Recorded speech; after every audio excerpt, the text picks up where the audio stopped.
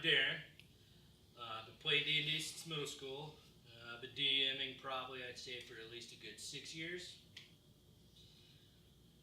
Sounds about right. Yep. And Seth, I have been DMing, playing D&D for 4 years, and DM'd probably the last 2. Can I have a replacement? Give me someone else. Okay, go through the, there's questions on the tablet. Kind of read it, and then what would you do? So, does magical darkness go through a wall of force? First of all, no. Because that's not how that works. Nothing can pass through a wall of force. If I'm actually mistaken, nothing can go through. Not even attacks can go through. No projectiles, and it'll even blow away small creatures. So, technically, a wall.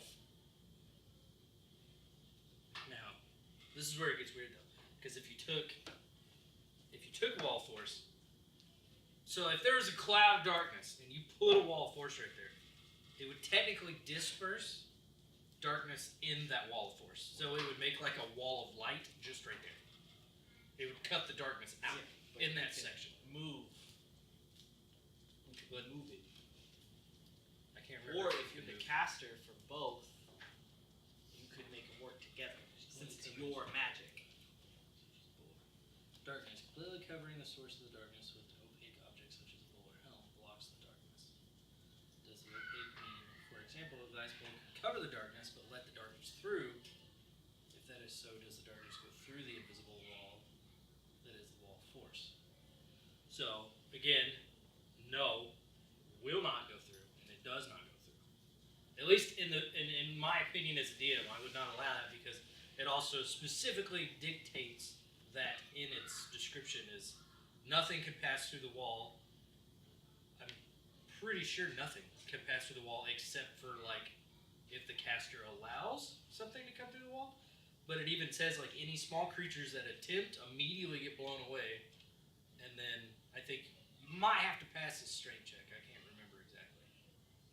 No, I haven't used it enough to really be an expert on it, but in my personal opinion, if I had a if I had a player that was like, I'm gonna do this, and then somebody tried to use darkness through it, I would say no. Well, I guess what the question really is here is they're asking if I could cover an object with darkness, and then once it passes through the wall, it disperses, causing darkness on the other side. You have to. But that still answers their own same question though, because they obviously are already aware that, one, it isn't going to go through it, so you're trying to find a workaround to get through it to cause it on the other side. They're going to throw like a grenade through it. Like Basically. A darkness grenade. You already answered your own question. Why are you asking me? Onward! To somebody who isn't dumb. Let's see. Here's a good one.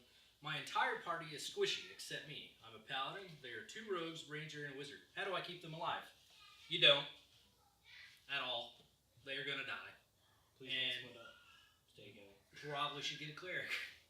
Probably even an NPC cleric if nobody wants to play as them. Or really stack up on the potions. But I'm pretty sure it's your job as a paladin to stay close and use all of your bonus buffs and stuff to keep them alive. But in the sense of, the 2 rogues, they're going to stay hidden most of the time, and then your ranger's going to... I mean, depending on the ranger, a ranger can make a good fighter up front with you, and then the wizard's also going to stay away. So yes, it makes it very difficult. I'll give you that. So you don't, long story short. You just roll with it. Let the dice decide. Quit playing D&D. Next. That was a dumb question. Oh, okay, I see. Someone's trying to be smart here. So, water without a swim speed is 2-to-1 movement. And you can switch between speeds so long as you subtract the distance you moved already from the new speed. If I have a swim speed of 30, a walk speed of 60, could I swim 45?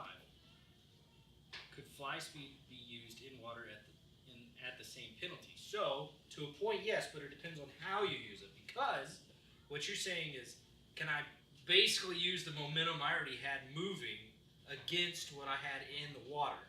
So, yes, because it's the same idea that you take whenever a bird comes flying into the water. They shoot down in there for a few feet before they slow down. So yes, in a sense of being a DM, I would allow that to a point of being like, okay, you came at full speed into the water. I would expect you to go a few squares before your speed stopped, and then take it from there, and then your speed would change to the swim speed. I would give you that. So to clarify, you're saying somebody go, drop full speed, which would be like, let's say they drop 5 squares into the water, they go 10 feet or 5 feet. I would probably, if you went full move action straight down from like a dive, I would totally move you probably 10 feet automatically, just due to the water, because that's where a lot of finicky stuff comes around when you play games like this, because rules are like, oh, this. But you also have to look at it in a sense of like actual playing. It's the same thing where it bugs me whenever players decide to jump off a building and their move is only 35 foot or 40 foot or 30 foot. And it's like, so I have to technically give them an imaginary stop where they have to just wait there till their next turn. And it's sometimes annoying. Man, who does that all the time in games?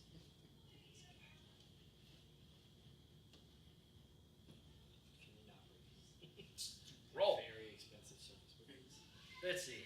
I was wondering about Dimension Door and its capabilities. Can I use Dimension Door outside of a building and into the vault of a bank, or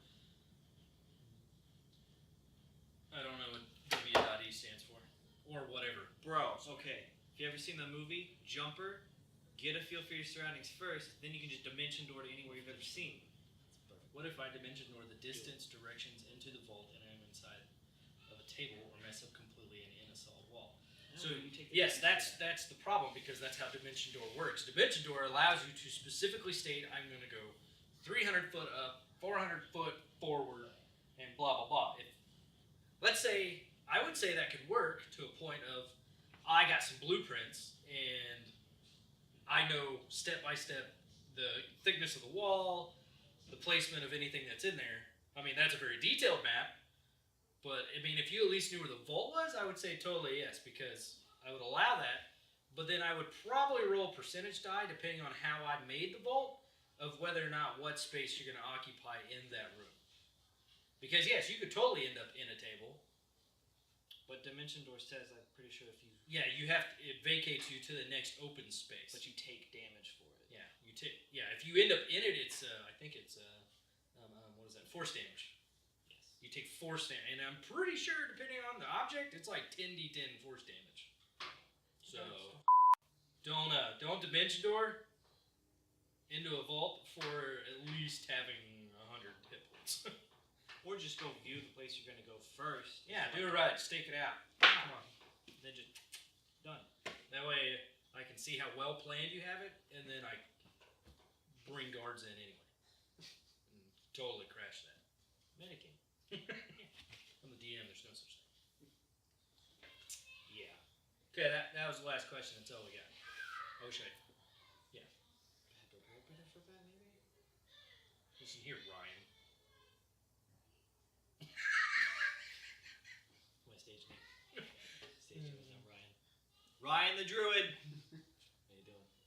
Lay it down. Alright, well that was the last question for today. If you guys have any other questions, drop them down in the comments, put them down below, somewhere down here. Yep. We're probably totally not going to read them, but, you know, you might. We'll give it a gander. A little tug. I'll make fun of you all, so it's whatever. He just hates everything. Alright, it's the Druid. Peace out. Wait. Nope, we're not doing catchphrase? Alright.